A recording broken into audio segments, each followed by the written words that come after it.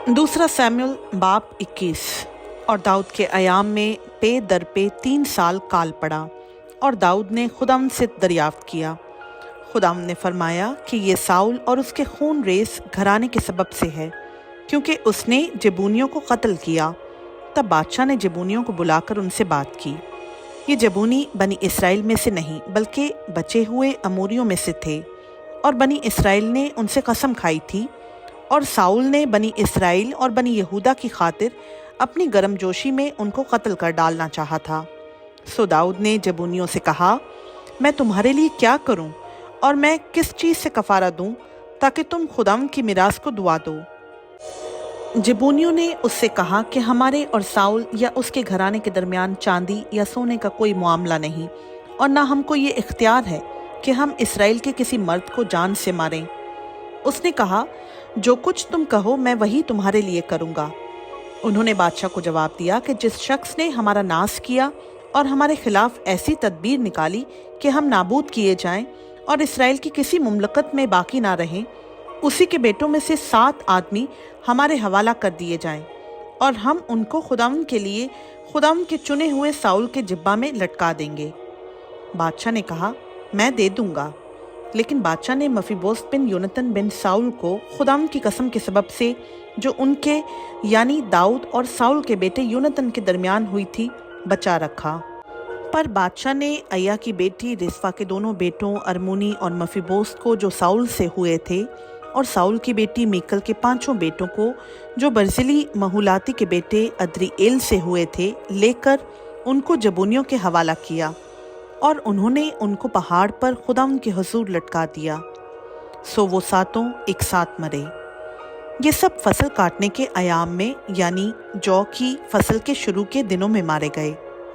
तब अय्या की बेटी रिस्फा ने टाट लिया और फसल के शुरू से उसको अपने लिए चट्टान पर बिछाए रही, जब तक कि आसमान से उन पर बारिश ना हुई, और उसने ना तो दिन के वक्त हवा के परिंदों को और ना रात के वक्त जंगली दरिंदों को उन पर आने दिया।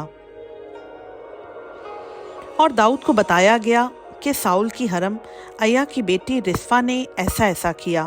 तब दाऊद ने जाकर साउल की हड्डियों और उसके बेटे योनतन की हड्डियों को यबीस जिलात के लोगों से लिया, जो उनको बैत शान के चौक में से चुरा लाए थे, जहां फिलिस्तियों ने उनको जिस दिन के उन्होंने साउल को जिलबुआ में कत्ल किया टांग दिया था।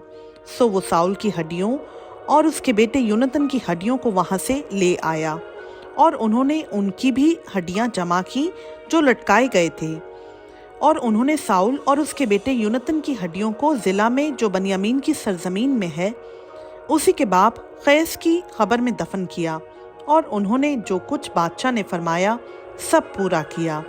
इसके बाद खुदा ने उस मुल्क के बारे में दुआ सुनी। और फिलिस्ती फिर इसराइलियों से लड़े, और दाऊद अपने खादिमों के साथ निकला और फिलिस्तियों से लड़ा, और दाऊद बहुत थक गया। और इश्बी बनोब ने जो दियोजादों में से था और जिसका नेज़ा वज़न में पीतल की 300 मिस्काल था, और वो एक नई तलवार बांधे था, चाहा कि दाऊद को कत्ल करे, पर ज़रूया के बेटे अबीशै ने उसकी कुमक की और उस फिलिस्ती को ऐसी ज़रब लगाई कि उसे मार दिया। तब दाऊद के लोगों ने कसम खाकर उससे कहा कि तू फिर कभी हमारे साथ जंग पर नहीं जाएगा, ता ना हो कि तू इसराइल का चिराग बुझा दे। इसके बाद फिलिस्तियों के साथ फिर जूब में लड़ाई हुई। तब हुशाती सबकी ने सफ को जो दियोजादों में से था कत्ल किया, और फिर फिलिस्तियों से जूब में एक और लड़ाई हुई। तब इल्हनान बिन यारी अर्जीम ने जो बैतलहम का था जाति जूलियत को कत्ल किया, जिसके नेज़ा की छड़ जुलाहे के शहतीर की तरह थी। फिर जात में लड़ाई हुई, और वहाँ एक बड़ा कद्दावर शख्स था। उसके दोनों हाथों और दोनों पाँव में 6 उंगलियाँ थीं, जो सबकी सब गिनती में 24 थीं, और ये भी उस देव से पैदा हुआ था। जब इसने इसराइलियों की फजीहत की तो दाऊद के भाई समी के बेटे योनतन ने उसे कत्ल किया। ये चारों उस देव से जात में पैदा हुए थे, और वो दाऊद के हाथ से और उसके खादिमों के हाथ से मारे गए। खुदावंद का पाक कलाम का पढ़ा, सुना, समझा और कबूल किया जाना हम सबों के लिए बाइस बरकत हो। आमीन।